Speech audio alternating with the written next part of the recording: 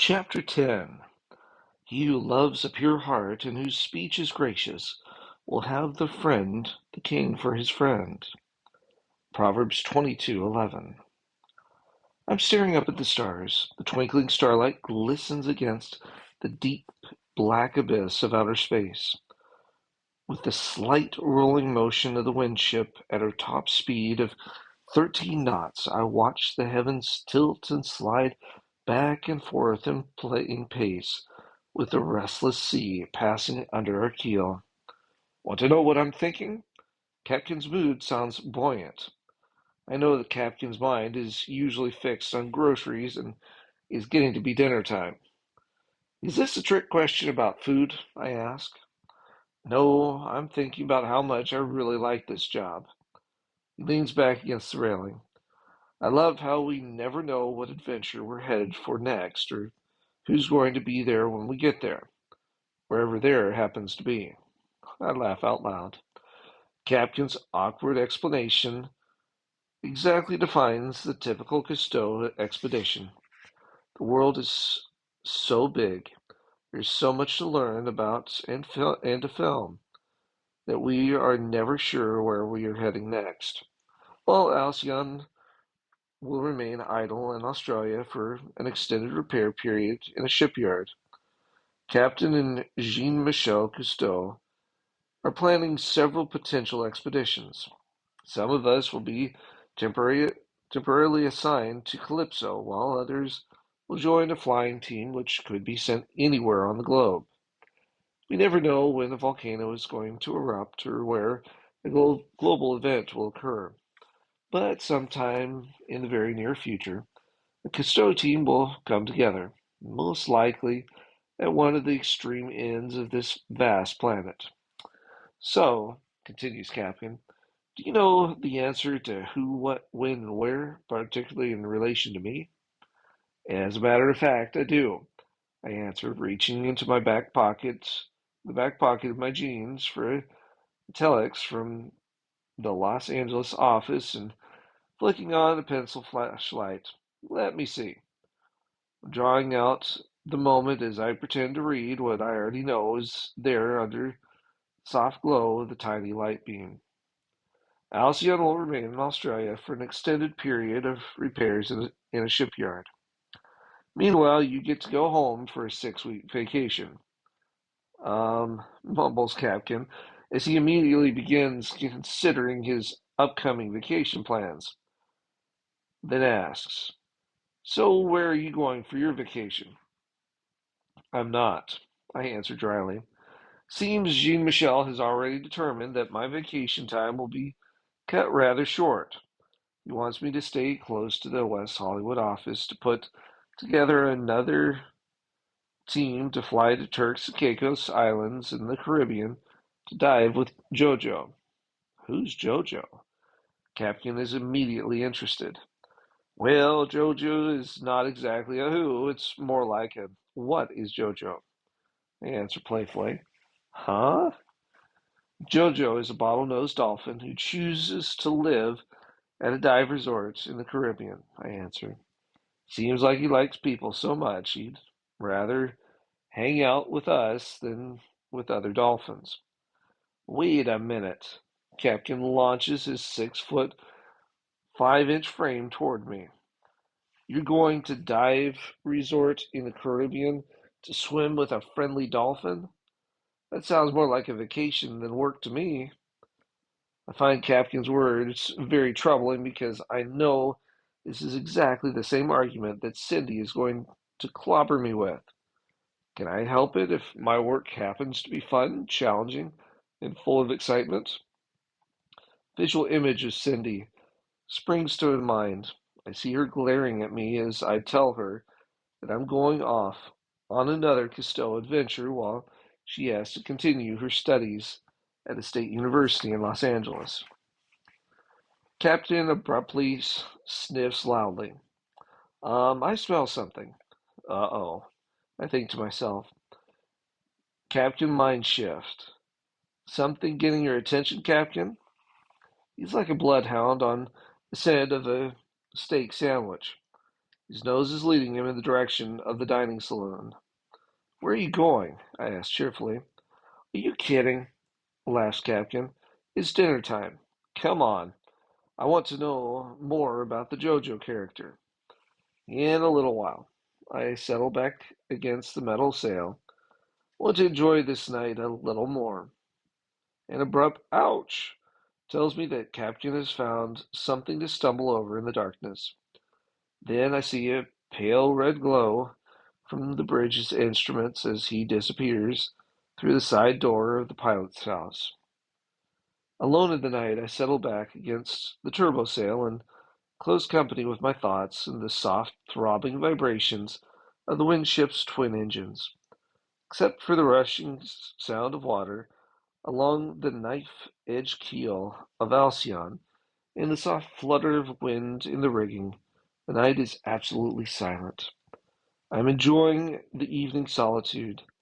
It is always a very satisfying feeling to successfully complete an expedition, and this one has been exceedingly long, 2.5 years, and 4 full-fledged expeditions of diving with great white sharks. My mind swirls with memories of past expeditions, but future thoughts of JoJo focus me on dolphins, and surprisingly, this leads me to thoughts of an elderly lady. I met Esther in her modest apartment on the windward side of the island of Maui in Hawaii. I had called to make an appointment and had promptly arrived at her door with my tape recorder in hand.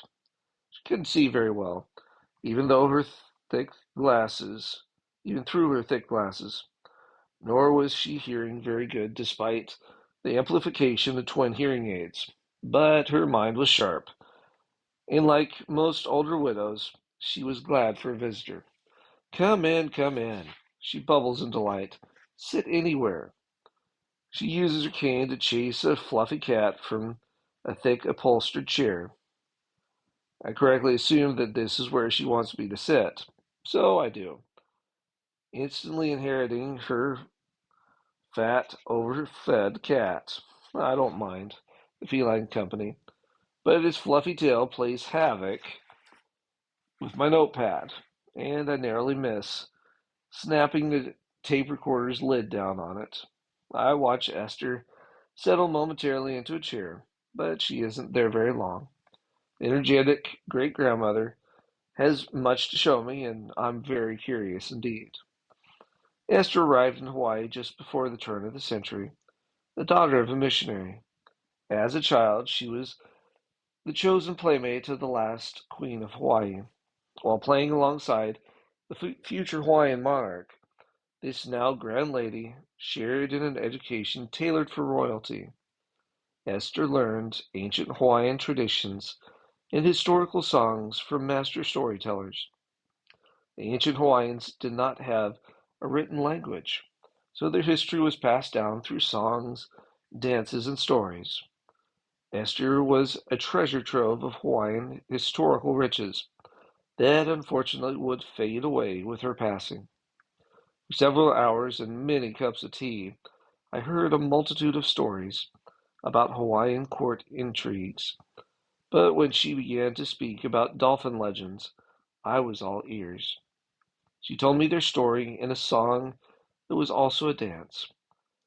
As she sang, her hands wove pictures in the air, telling their own share of the ancient tale. Despite her great age, Esther moved gracefully, and for a few minutes I was transported from a small, modest apartment into a royal garden as this elderly woman sang and danced the story of the whale, the dolphin, and the shark. Esther sang in Old Hawaiian, but she laced the ancient words with English without losing any of the magic of the song. Her flowing hands wove in their own images, reflecting the dignity of the great whale, the playfulness of the dolphin, and the jagged intensity of the shark. She told how the humpback whales came to Hawaiian waters to mate and deliver their young. It was also here that the whales came to find their closest friends and protectors, the dolphins. Sitting back, forgetting about my notepad, I became immersed in Esther's song as I watched her gracefully paint the underwater ballet of a whale cow swimming powerfully with a protective bull escort by her side. Before them, swimming playfully as the much smaller dolphins, their tiny protectors. Though the dolphins seem frivolous with their play, they are alert warriors, watching for their enemy, the never sleeping, always hunting shark. The dolphins know that the humpback cow is near her time. The tremendously large bull hovers close as the wonder of whale birth begins. The dolphins form a protective circle and probe the depths to make sure the enemy is not there. But they know he will come. The shark will not be able to resist. As the newborn calf emerges, it carries with it the scent of the mother's womb, which is a tremendous lure for sharks. A shark can detect less than one part of blood in a million parts of water, and apparently whale blood sends a unique message of its own to these ocean hunters. Blood in the water indicates that an animal may be in trouble or has died. This powerful lure will immediately bring in the sharks, but often the meal they seek is consumed before they get there. Whale blood, however, announces that there may be a huge feast waiting, so it brings many sharks rushing in from long distances. Sharks will charge up an odor current of whale blood, arriving in a frenzy to feed. I imagine that it would be difficult for the huge humpback cow with her bull escort to fend off the much smaller, agile, and very aggressive sharks. Esther's hand movements are humped, sharp, and jagged, like the attack patterns of a shark. The sharks portrayed by her hands are in a frenzy of one-minded fury to get at the defenseless newborn calf, but arrayed